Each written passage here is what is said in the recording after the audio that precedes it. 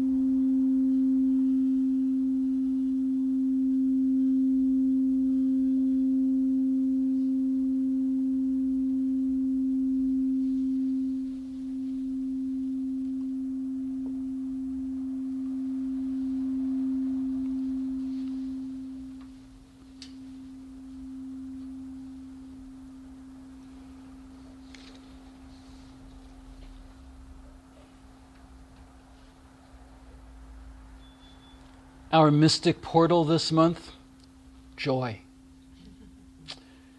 It has been the strangest journey for 12 years now that every time we take a topic, we get the topic and its opposite.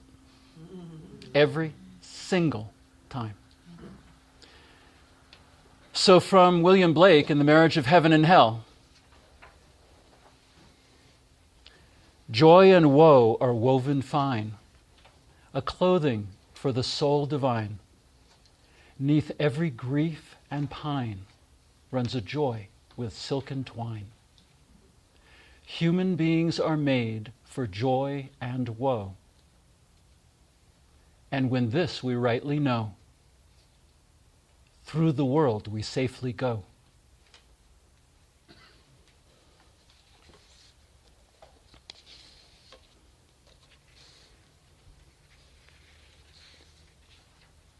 If you would bring your attention to your breathing and let it deepen a bit. Good idea. Uncross legs, open position, a little more free flow of the energy. Deepening the breath into your heart. Imagining planting a seed in your heart of your favorite flower. Imagining the seed germinating and growing and budding and blossoming. This precious flower is our joy.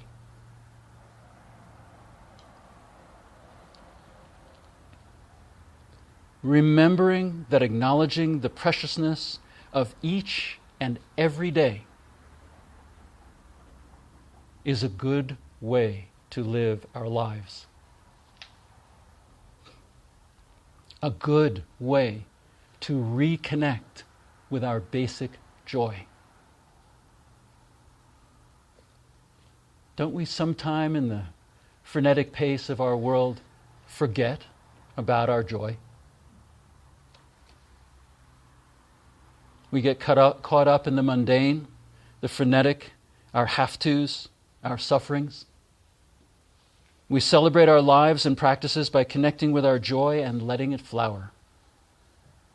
Joy is our passion for life, our curiosity. Joy is a gentle spring rain, allowing us to soften and to lighten up and to enjoy ourselves, providing a new way to look at our suffering.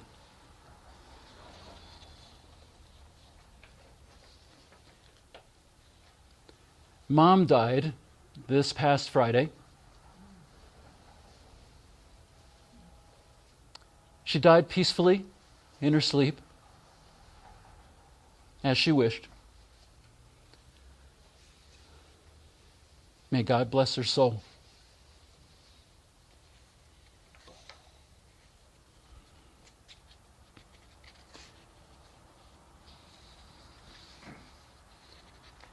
Mom fell in July.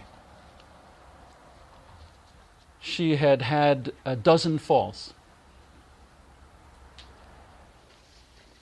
She had announced to me 3 years ago that she was going to stop taking all her meds. And she had a dozen. And I said, but Mom, if you're going to stop taking your meds, you probably are going to fall. Blood pressure, lightheadedness, all that. And she said, I know. And I said, well, okay, you get to choose that if you want it. I believe we all have that right. But there will be repercussions, probably. She said, I know. I told her that several more times. And each time, she would say to me, I know. And then she fell the last time in July, and she broke a vertebra, and it changed everything. And she was hospitalized, and she never walked again. She didn't participate in physical therapy, just refused. She didn't eat much or drink much, but she loved her chocolate milkshakes.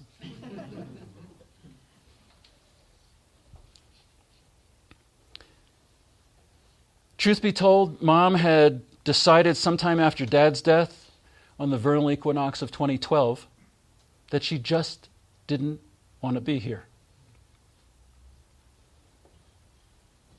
But she and I made the best of it. We developed a relationship and a friendship for the first time in our lives. And that's been exceptional. It accompanied doing a lot of work on my part as power of attorney executor, but it was worth it. It was really wonderful to reconnect with my mom.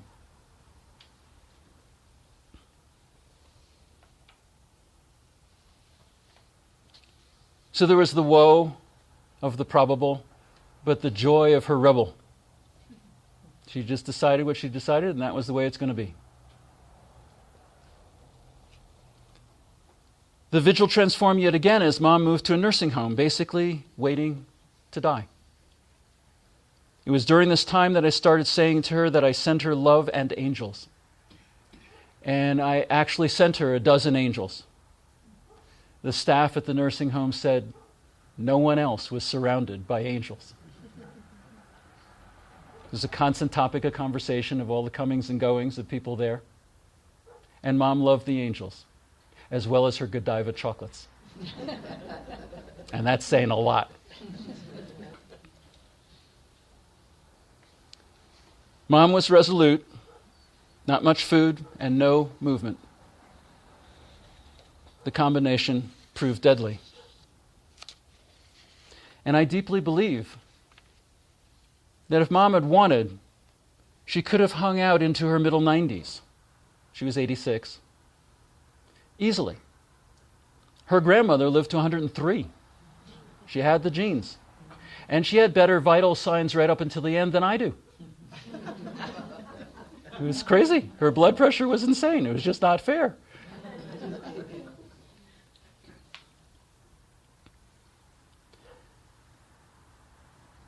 The angels brought joy to her. And despite its being a really nice facility, the food at the nursing home brought her woe. Anytime you deal with institutions, you're dealing with Murphy, as in Murphy rules. What can go wrong will go wrong. Talk about woe, again and again, despite my best hopes and intentions. They were so glitchy, it just didn't stop. And yet, very well-intended people. Murphy was a definite source of joy and woe. Sometimes the glitches would come so fast and furious that you just couldn't do anything but laugh. At other times it was frustrating and woeful beyond words. There were, for me, many sleepless nights during this vigil from July through now, this Friday, but also during the 3.5 years. I never married and never had any children, and now I had a child. And man, is that a lot of work. A lot of work. Hats off to all the mothers and fathers in this audience. Seriously, it's just extraordinary. I had no idea.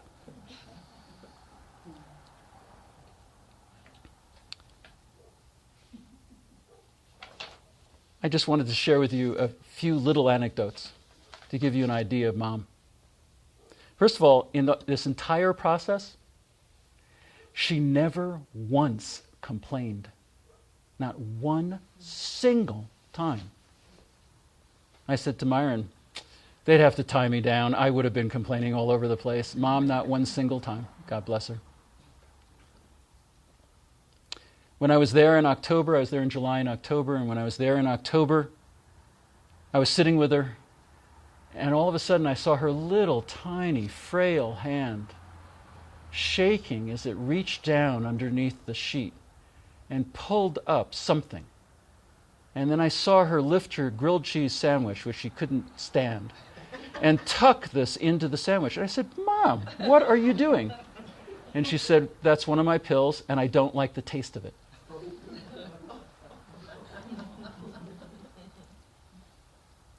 Despite a great deal of lack of dignity in this context, Mom never once lost her dignity.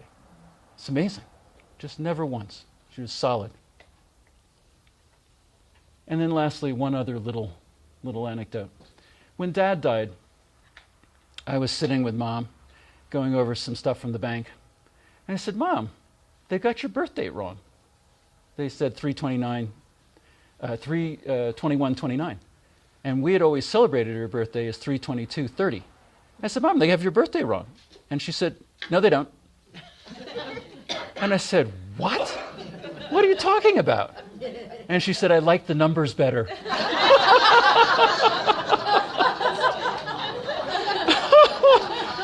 That was Mom.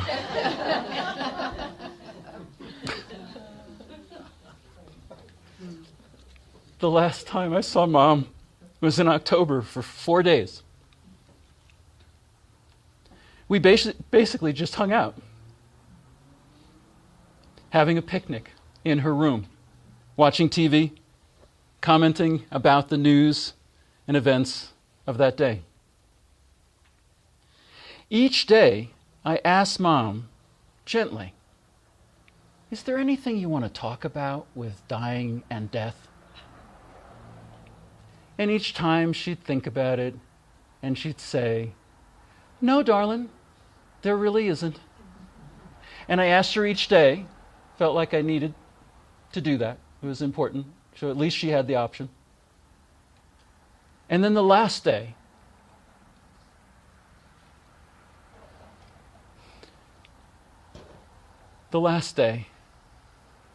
I said, Mom, is there anything you want to talk about? And she thought long and hard.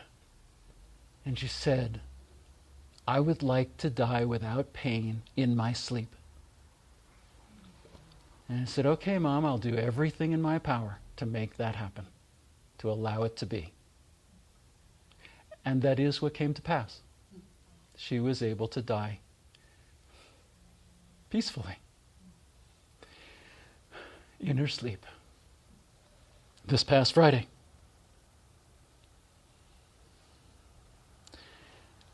At the end of our visit, the last time I saw her, I said, "Mom, I love you."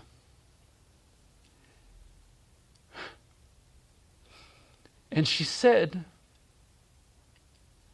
"I love you too." And as I was getting up to leave, this little frail body that had been bedbound for 4 months, no walking, her back was severely bent like this, and she arched up out of bed, and she said, "I love you, I love you, I love you." Something I will cherish for the rest of my life.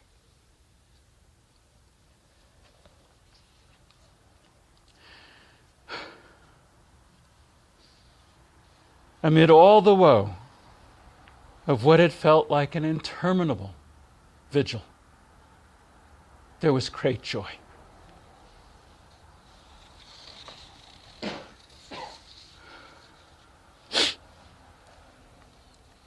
And amid the woes were the unexpected joys, the twinkling graces, the amazing connection with my mom, the wonderful bond and connection with my beloved Myron, who has walked every step along the way with me.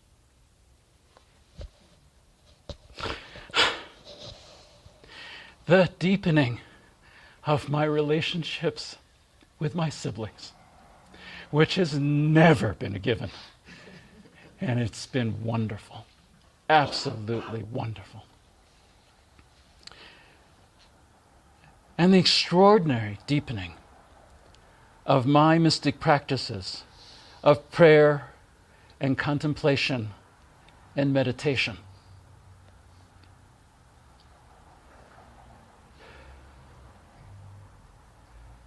And the searing learning of the total bond between joy and woe. Thank you, dear friends.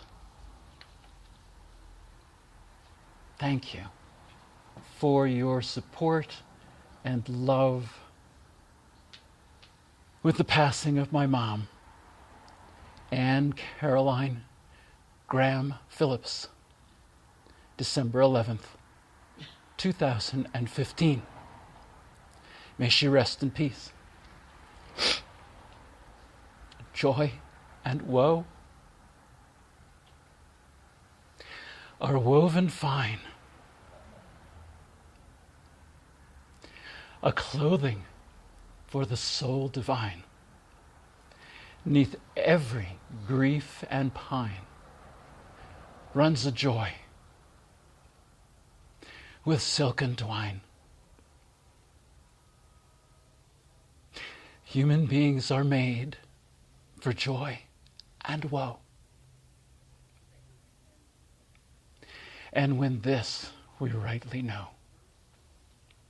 through the world we safely go.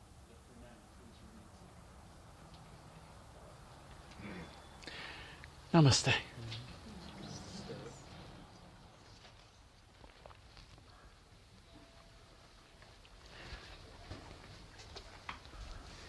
We celebrate today a mystical Christmas, which is about the awakening of the Christ consciousness within us. It's the birth of that consciousness that we celebrate. We celebrate with Orthodox Christians too, absolutely. And it would be a much poorer universe if Jesus had not come. So we acknowledge that and rejoice at that. But we're really talking about opening our hearts to that deepest part of us, which we call the Christ consciousness. Others call the Buddha nature. Others call the Great Spirit within. But it is what's happening within that we celebrate. So Lawrence and I decided we would do these carols because it's Christmas and most of us grew up with them. And they have a certain energy of joy that we love to bring forth in song. Lawrence has asked me to interpret the words of the carols as a mystic would interpret them.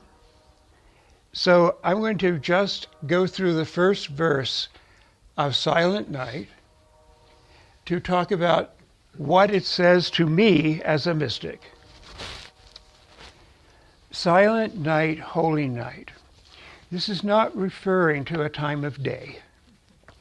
It is not referring to what we hear or what we see. It's referring to the silence within us. When we go to the Christ consciousness, we go to silence. When we go to silence, we go to that consciousness.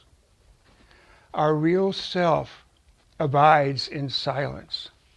And when we go to that silence, we know the holiness of it. It's a sacred silence. And it has mystery.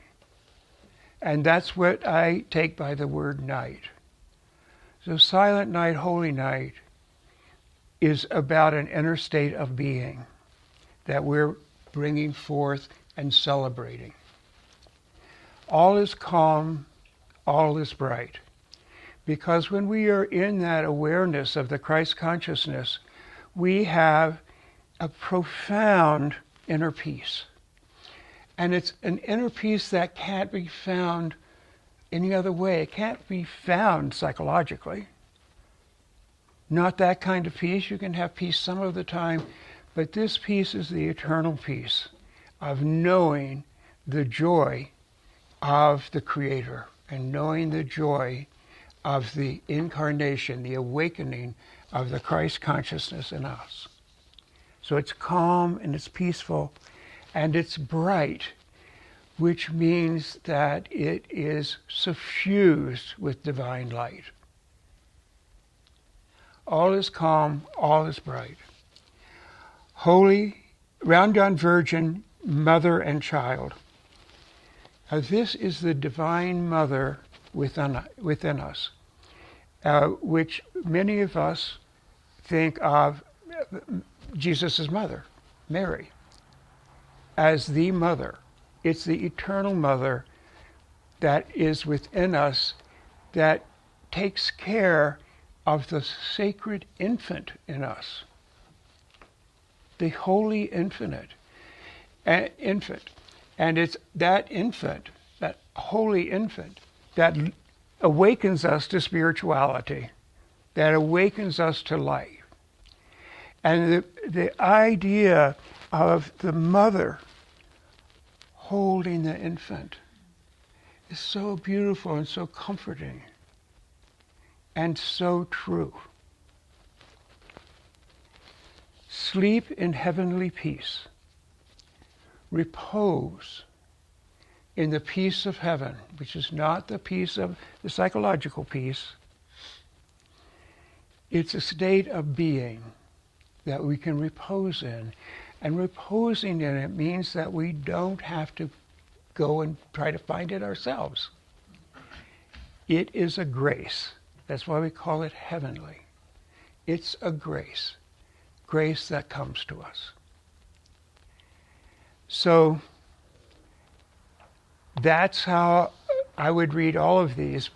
And again, I say, however, there's such a beautiful message given by the music itself, and such a beautiful experience to celebrate and sing together about this amazing cosmic peace, this amazing, profound, holy event of the birth of the Christ consciousness in us.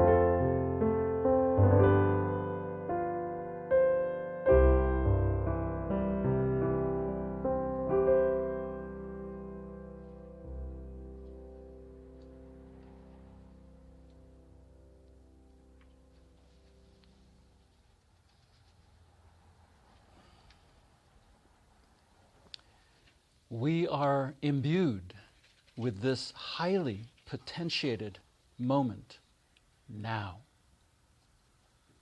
From a mystic perspective, as well as current physics, empty space contains immense, untapped, potentiated energy. Matter is a relatively small wave on top of this ocean of energy.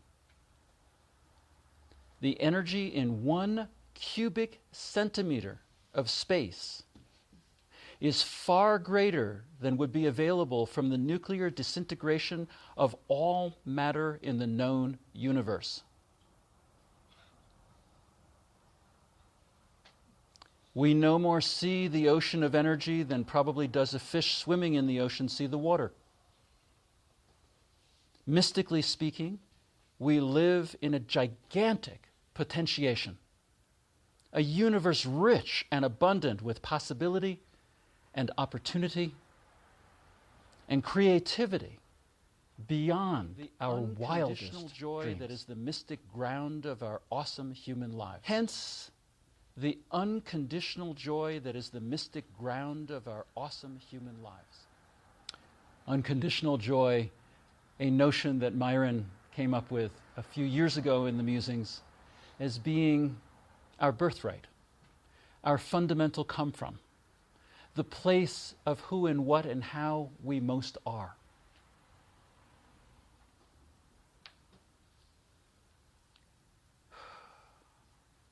Paris, San Bernardino, Middle East, war, war, war, desperate refugees, xenophobia, cynical politicking, the out of control maiming and killing and incarcerating of black men in America,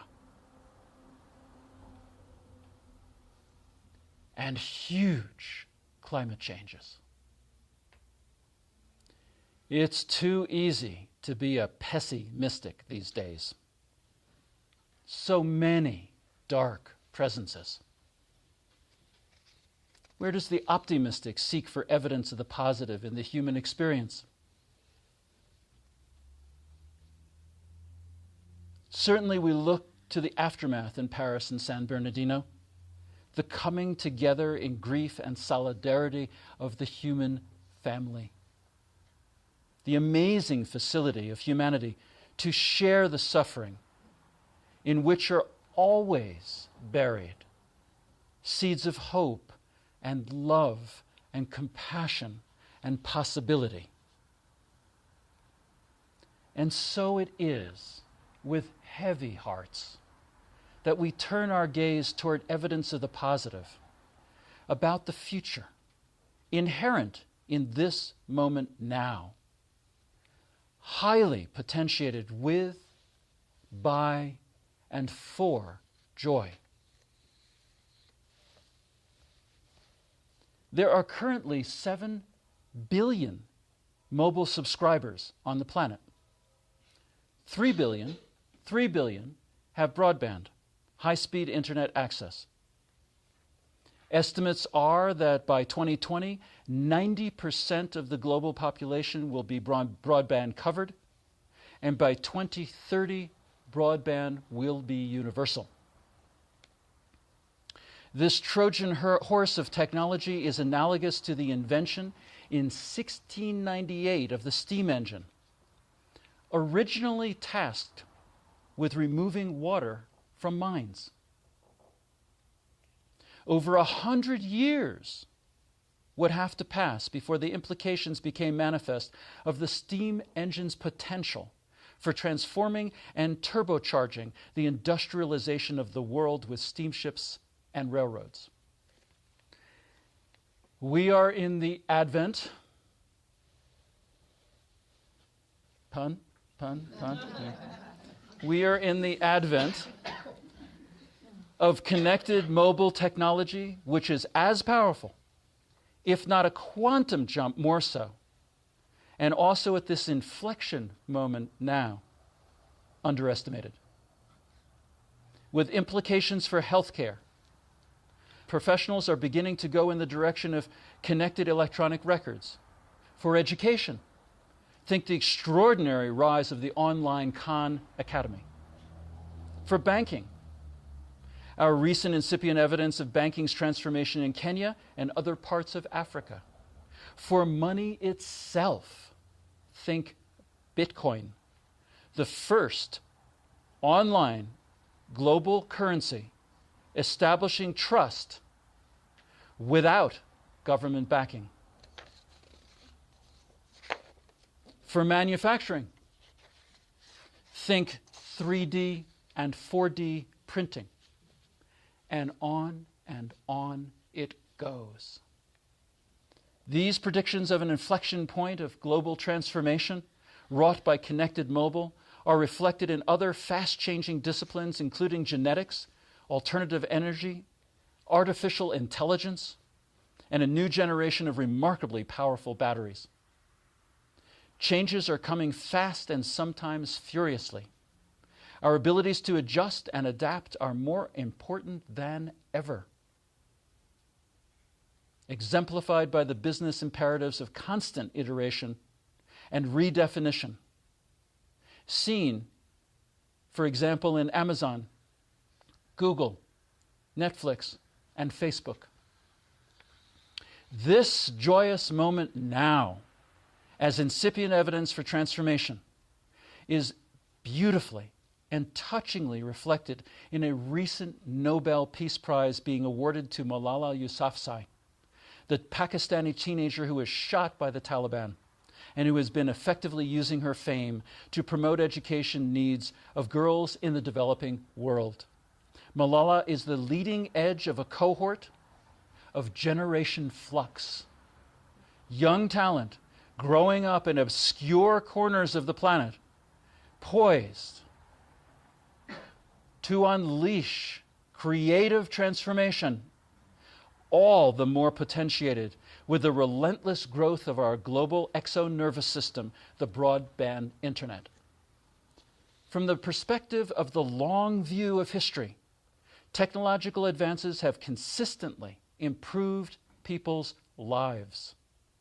No doubt, great evils have been also perpetrated in the name of progress, and the great imponderables of climate change, disease outbreaks, war, terrorism, nuclear proliferation are ever so present in our national and global psyches. But again, from the historical long view, fears of tomorrow have been exaggerated. Remember that global life expectancy has climbed over the centuries, and in the past 10 years has improved in all regions of the world. Democracy itself, while appearing threatened, is also positioned for a giant leap forward as voting will go digital. If businesses and retailers can more or less successfully integrate identity, authentication, security, and reliability, then so can government. As generation flux comes to the polls, a generation used to one-click purchases and instant access, traditional voting will be untenable. E-voting is inevitable. Democracy is in the incipient stages of rejuvenation. And contrary to the widespread impression that technology is fostering robot mentalities, as the connected broadband planetary exonervous system grows, there is a very strong sense that we are all family, in closer cyber proximity than ever before. We will, contrary to recent xenophobia, have less license to ignore troubles wherever they are, and we will all have a vested interest in keeping the peace. with a greater knowledge of and intimacy with each other, which will lead to greater understanding and opportunity for all. Hence, this month's candidate for incipient evidence of mass positive transformation, this joyous moment now. Shalom. Christ be with you. Assalamu alaikum. Adieu. Adios. Aloha. Namaste. We honor the place in you wherein the entire universe dwells. We honor the place in you which is of love, of truth, of light and dark, and of peace. As you are in that place in you, and we are in that place in us, in this joyous moment for which we are profoundly thankful, we are one. Namaste.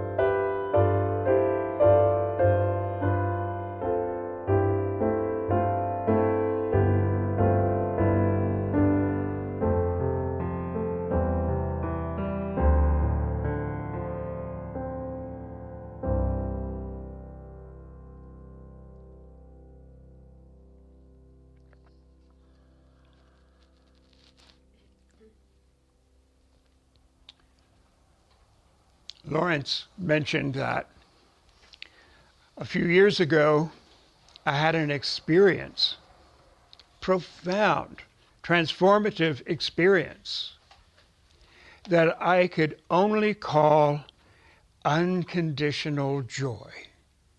And in that state, everything was celebrated. I was in the mountains, and as I hiked, everything was sacred. Every person I saw was sacred. I was in this state of absolute rapture, but I was in my body. I was in heaven, but the heaven was right here, which is where it is, right? And so I call that the state of unconditional joy. I had gone on spiritual retreat, and I had done a lot of extremely painful and exhausting inner work. Days of it. And it finally resolved itself, and I was at peace.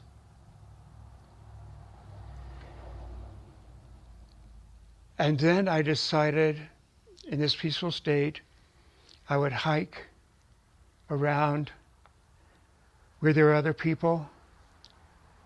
And that's when I saw everything is perfect. It's absolutely perfect. All of the joys, all the woes, it's perfect. And this is it. And this is what we're invited to open our eyes to. And I realized also at that moment that joy is a gift. It's not something we earn. It's not something that we can generate or create. It is something that we receive. And when we're in this exalted state of awareness, called a mystical experience, we understand that joy and beauty and truth and wonder and majesty and glory and profound inner peace are all the same thing. When we are in the source, those are all the same thing. It is undivided consciousness, absolutely oneness of consciousness, and oneness with all that is and with everyone who exists.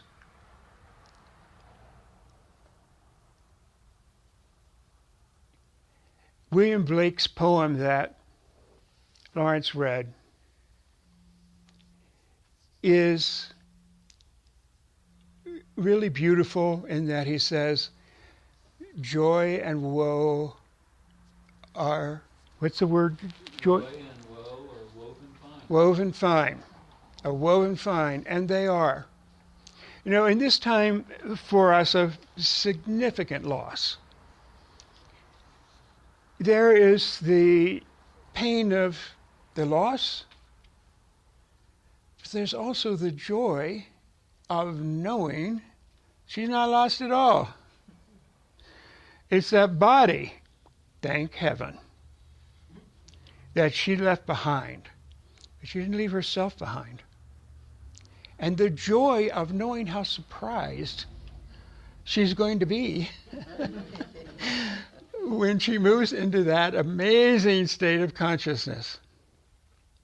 So there's celebration and joy there. Christmas itself, the season, also brings joy and woe, because it makes us aware of how much we have and how little others have. We can't just have pure gratitude for our life without sending blessings to those who are suffering in this extraordinarily difficult period we're going through. Those are just the components of compassion that is awakened in us in this time of year. And so we open our hearts to joy, and that's all it takes. Beloved Mother, beloved Father, we open our hearts to joy. Profound joy. The joy that is woven fine with woe. If it were not woven fine with woe, we wouldn't have compassion. We wouldn't be able to have empathy. It's our humanness It's our humanness. We need that to feel who we are, the extraordinary creations that we are. And to know our oneness with the joy everywhere and the woe everywhere. We can bring joy once it's been given us. We can bring joy to one another. And the joy that you have brought, Lawrence and me, in this time with your prayers, which we feel, with your letters, has just been overwhelming. It has filled our hearts with love. We feel loved by you anyway, but at a moment like this, the love comes in and blesses us in a very special way. And that's good, because that love we can share with his mother. Right? We can give her that. And it helps, and we're representing all of you. And so as she's able to open her heart to it, it really helps in the transition.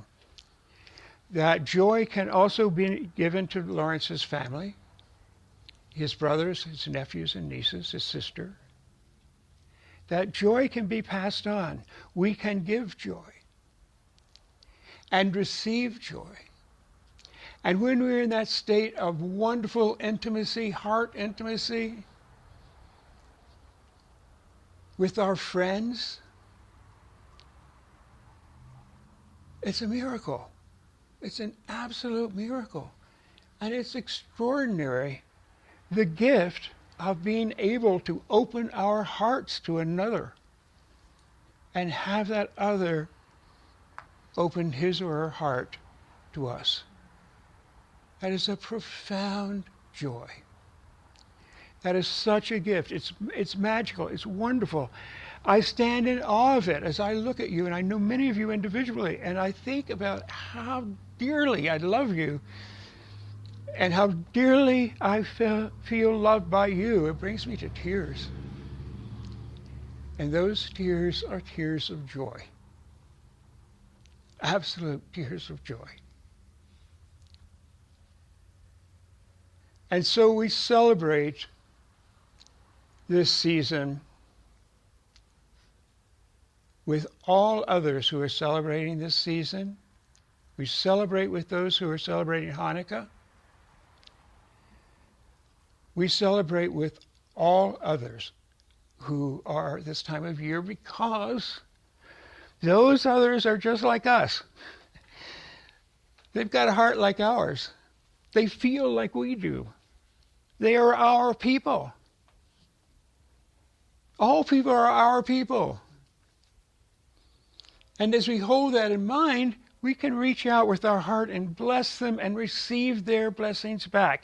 And it doesn't matter what their belief is, or what their orientation is, their nationality, their religion, doesn't matter.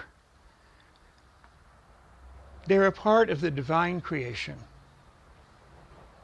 The divine creation of this extraordinary thing called a human being. And so we give that joy to ourselves also, that we were fearfully and wonderfully made, as it says in Psalm 139. We have been searched, we have been known, we have been blessed, we have been brought to the bosom of the Father and the Mother. We are cherished, we are treasured, we are loved in a way that I can't even conceive of it.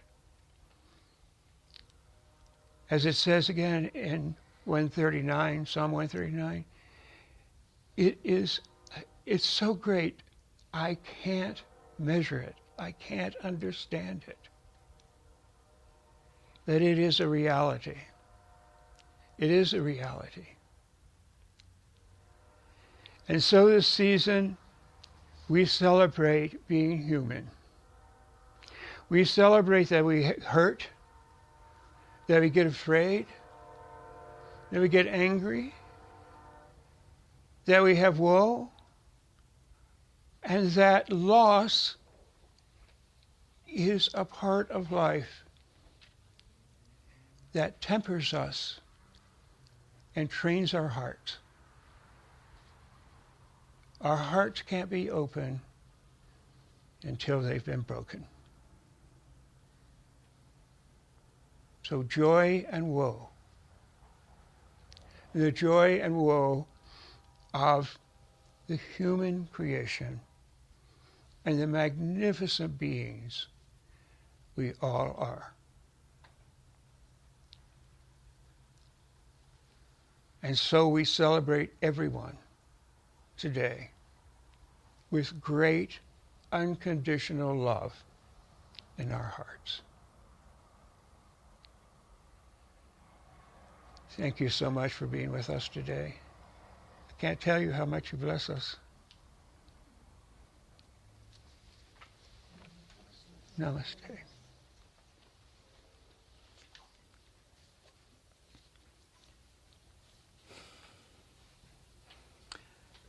In a moment, I'd like to share with you what I'm taken to calling the mystic mash.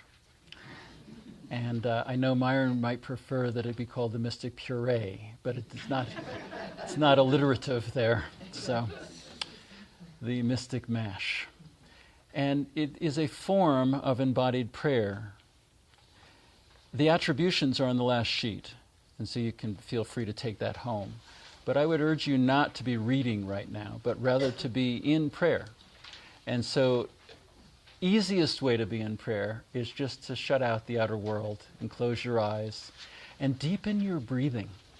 Breath, from the Latin word spiritus, and hence our spirit connection, our portal to spirit through breathing. And that means that we breathe outside of our habit, outside of the tendency to be shallow, and to breathe a little more fully. Joy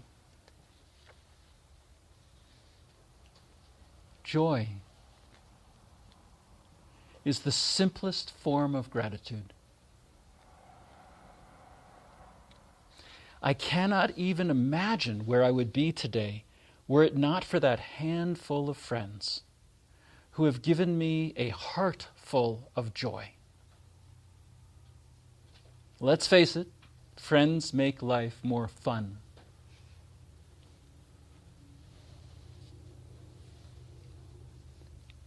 It is the supreme art of the teacher to awaken joy in creative expression and knowledge. When you're joyous, look deep into your heart, and you shall find it is only that which has given you sorrow that is giving you joy. When you are sorrowful, look again in your heart, and you shall see that in truth you are weeping for that which has been your delight. Find a place inside you where there is joy, and the joy will burn out the pain.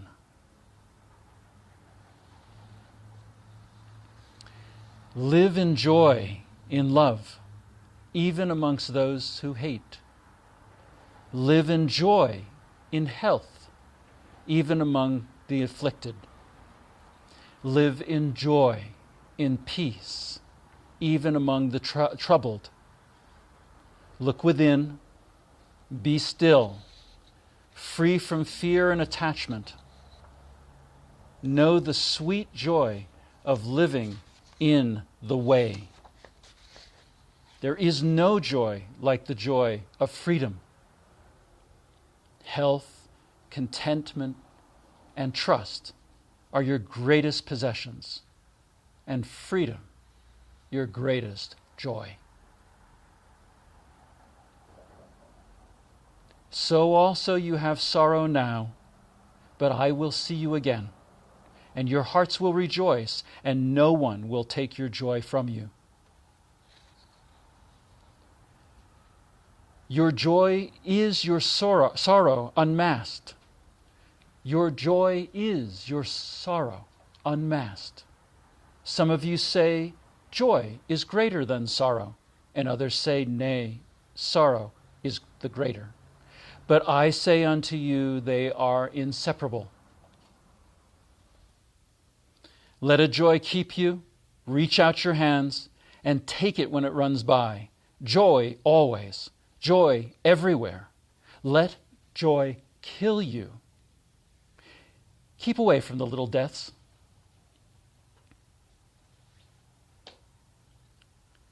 Christmas is joy, an inner joy of light and peace.